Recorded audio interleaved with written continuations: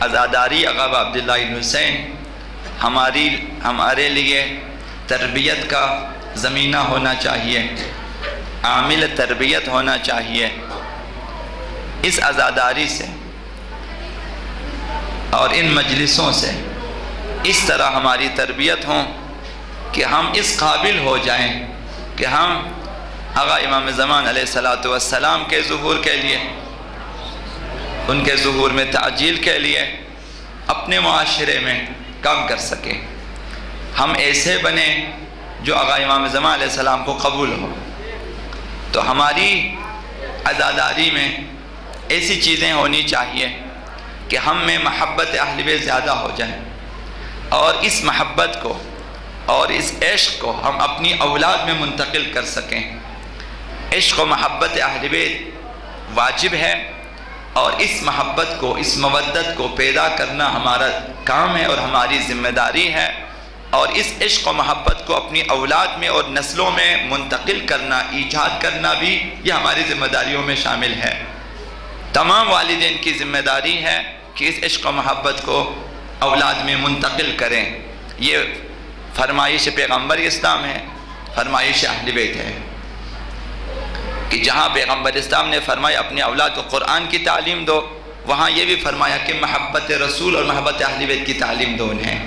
تو تعلیم محبت اہل بیت میں بہترین چیز یہی مجالس عزاداری آقا عبداللہ بن حسین ہے، یہی مجالس اہل بیت ہے، محافل اہل بیت ہے۔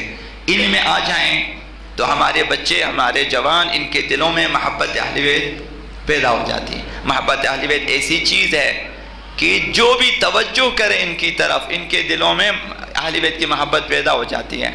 صرف توجہ کریں اہل بیت کی طرف، اگرچہ مسلمان نہ بھی ہوں، ان کے دلوں میں بھی اہل بیت کی محبت پیدا ہو جاتی ہے، صرف توجہ کرنے کی وجہ سے۔ جب انہوں نے توجہ کی کہ علی کون ہے تو ان کے دلوں میں آقا امیر المومنین کی محبت پیدا ہو گئی۔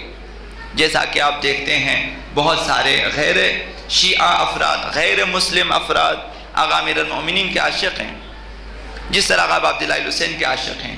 بہت سارے ہندو آپ کے ملک میں بھی اور غیر ملک میں بھی آقا عبداللہ بن حسین کے عزادار ہیں، سبیلیں لگا لیتے ہیں، عزاداری کرتے ہیں، مصائب پڑھتے ہیں، روتے ہیں، سینہ زنی کرتے ہیں، جلوس میں آ جاتے ہیں، حتیٰ کہ مسلمان نہیں ہیں۔ ان میں عیسائی شامل ہیں، ہندو شامل ہیں، تو ان کے دلوں میں بھی محبت، چونکہ توجہ ہوئی ان کی آپ کی عزاداریوں کی وجہ سے، جلوسوں کی وجہ سے اور مجالس کی وجہ سے، ان خطبوں کی وجہ سے انہوں نے سن لیا، کچھ توجہ کی آقا امام حسین کی طرف، تو ان کے دلوں میں بھی محبت پیدا ہو گئی۔